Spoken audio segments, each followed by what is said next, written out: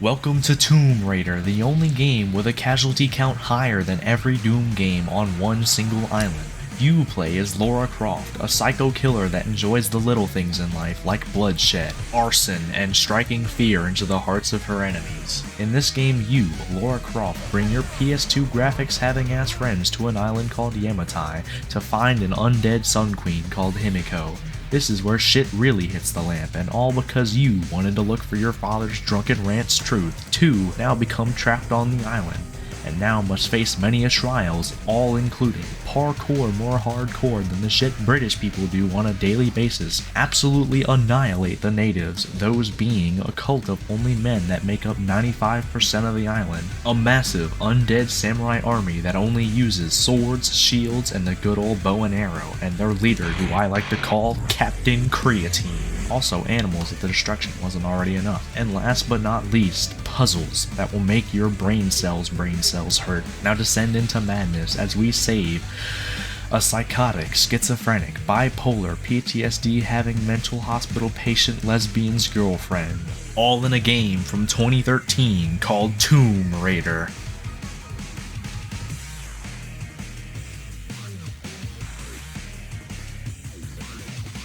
Welcome to the first 5 minutes of the game. In that time, you're forced to learn how to play the game and really just get introduced calmly into the game you're about to play.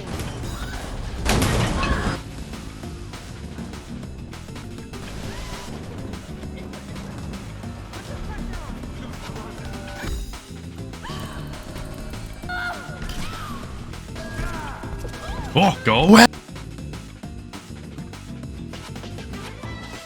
Tomb Raider. What do we do now? Well,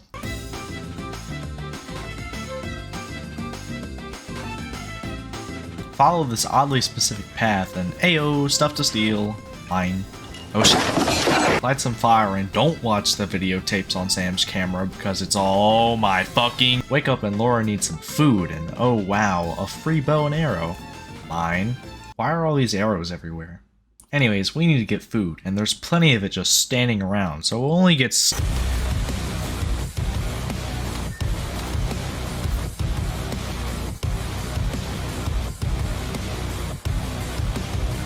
Alright, I don't know what just happened there, but I'm only slightly concerned. And now Lara will never need to eat again.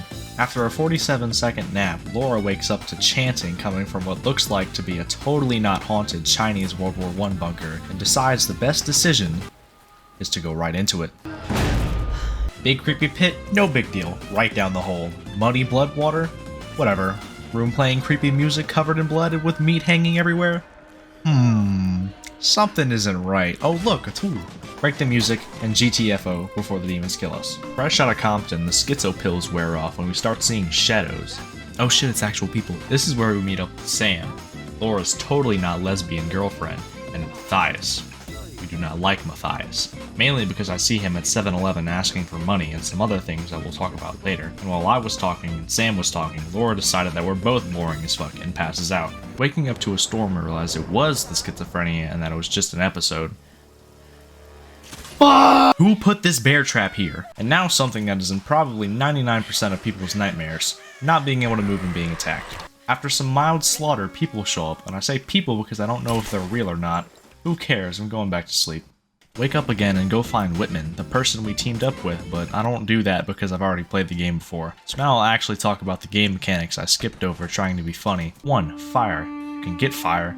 You can light it. Most importantly, you can light fire on things. This allows you to break debris that are in your way, or do some meaningless tasks for dopamine, but mainly to break these little dumb boxes filled with useless scrap that you can turn into literally anything.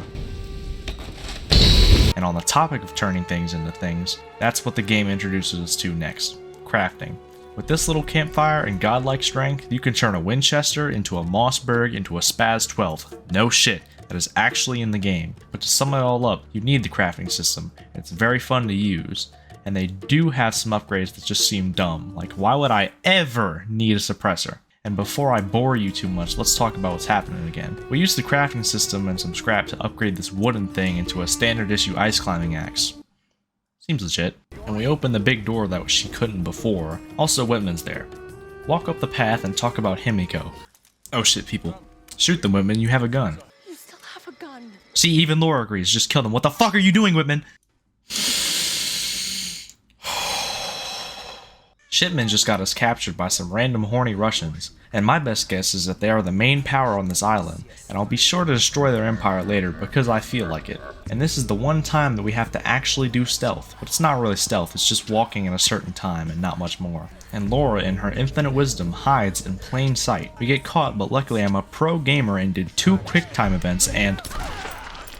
mine? A whole level later, and some mild game crashing, we meet up with Roth, that is fighting off wolves like a total badass. It ends up getting a pretty reasonable size. Holy shit, that is not okay. He's still alive though, so I guess it's fine. No, well, I tried.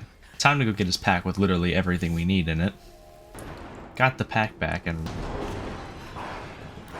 Roth gives us a pep talk about how I have to do all the work, and boom, we're in free motion. No more follow the line story. Really, that's the whole game, so what's really changed here? In this level, there's plenty of scrap to collect and people to kill. Also useless collectibles, but there are these really cool statues that I always like because I think they're cool and it's funny. This is about the most freedom you get outside of raiding tombs, and speaking of those, we get to raid our first one. And now for a game called Tomb Raider, shit whack. You do some puzzle made for babies and then find a massive chest full of golden artifacts and treat it like a take-one basket on Halloween. I'm sure you could carry more of this considering you can carry 15 tons of scrap. I only did these raids for the rest of the game because they give a lot of XP and I want all the skills I can get, especially the ones that make killing people more fun. Anyways, the objective here is to get to the radio tower and broadcast a signal so Laura scales at least 4,000 feet in elevation, killing plenty of people along the way, and we enter the radio tower substation, just to kill more people, and then we find a new mechanic. That really only gets used once, and it's here. These lanterns, and there's like 7 of them. Also these vents that dispense a natural gas. The natural gas shows up a lot, but our exploration is interrupted by some guy shooting at us with a machine gun. Trapped on the other side of the glass, we have no way to escape. Wait, Laura, what are you?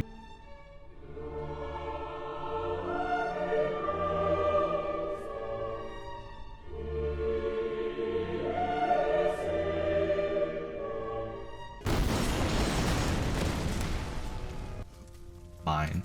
Now with a Type 100 machine gun, we walk into the next room. They have set up an ambush, and it was really well thought out until I demolished it in like 12 seconds.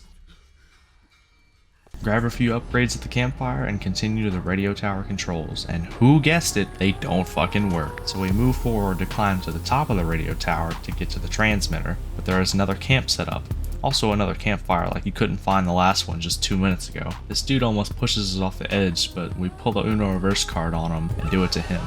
Haha, get fucked. A lot of fighting later, we make it to the courtyard, fight a new enemy, who I call Boris. Boris is an absolute unit.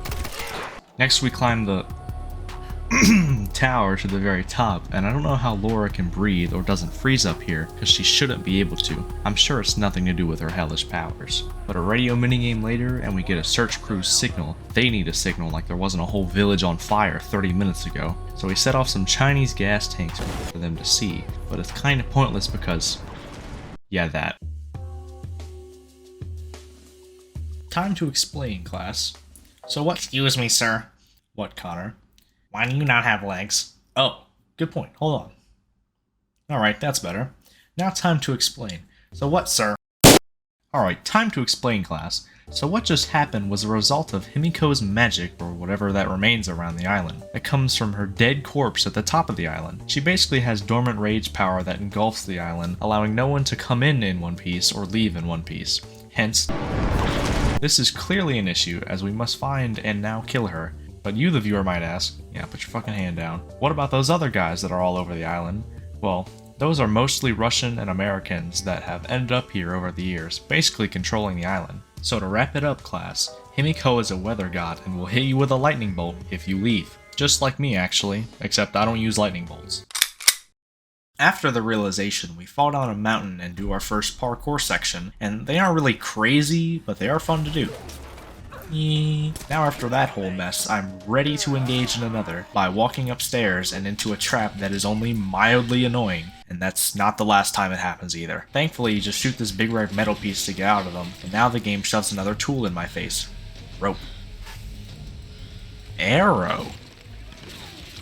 Basically, tie a rope to an arrow and shoot it on very specifically white rope covered surfaces or rocks that look like this. Nothing else. And you can climb on them or pull them. It really depends. It's up to you, but this is just another showcase of Laura's incredible strength being able to pull anything. And now that that's over, we meet up with Roth's crippled ass, and once again he tells us what to do. That's just to leave the plane pilot to die, which I don't do. So 30 straight minutes of rope climbing later and a small detour for scrap and stuff that I didn't get before, we get to his flare that seems to never end and find him in a windy cave? Oh shit. And look who it is, remember that guy? Yeah, it's Hedge, and he is the leader of the surviving people of the island, and I will tell you why I call them the Coon Clan later, but we get knocked out again.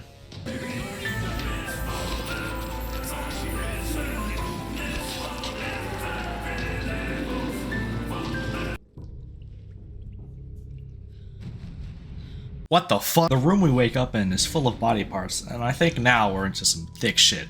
On our way out, we see him himself, Captain Creatine. Slide down the body and blood water slide, and find a shotgun that can break these little wood walls, and deal a bunch of damage. Mine? Just to find a room that explains the Himiko lore. I'm not doing another class, so I'll just say that Himiko is only one person, and they want Sam to be the next vessel for her. Then kill people, do parkour, solve a puzzle that has at least stolen an hour of my life, and escape back to a more calm area of the game, and finally get to talk to Sam about how they're gonna burn her alive on a cross to try and summon Himiko. And now, we must save Sam.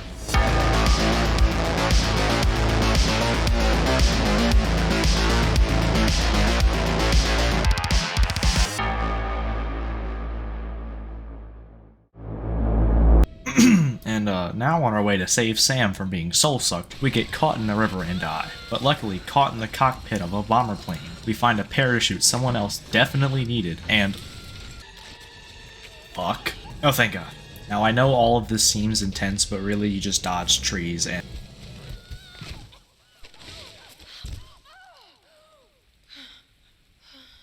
I think if I stop saying the A and D word, those will stop happening.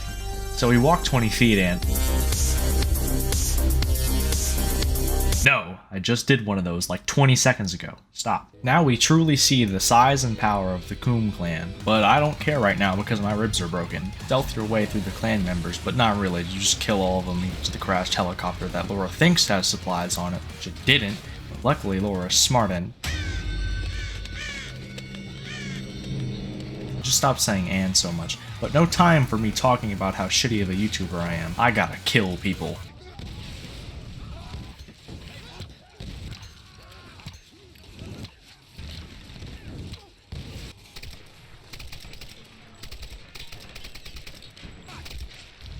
Well, that was underwhelming. Now I guess I'll just go open the other door so I can get to Sam and...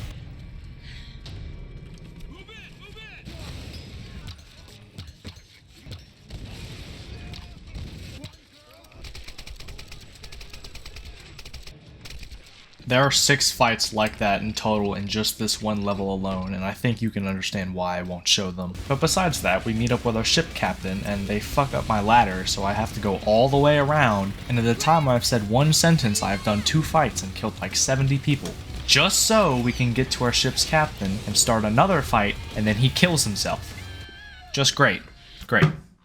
We're now on our way forward to Sam. People are about to kill me, but Roth somehow gets into a comically placed tower and got a sniper rifle, just to help us with this bridge level that you have to go slow on or else.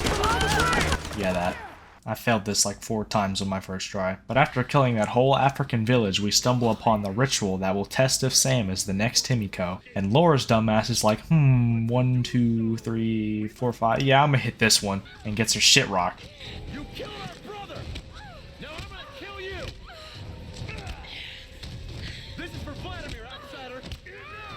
So now we watch in horror as Sam gets burned alive, but that doesn't happen because Himiko is real and is all like... So now with an arguably worse outcome, things will now be set in motion for Himiko's revival, and we are sent away to dwell with the prisoners, but I commit suicide before that can happen.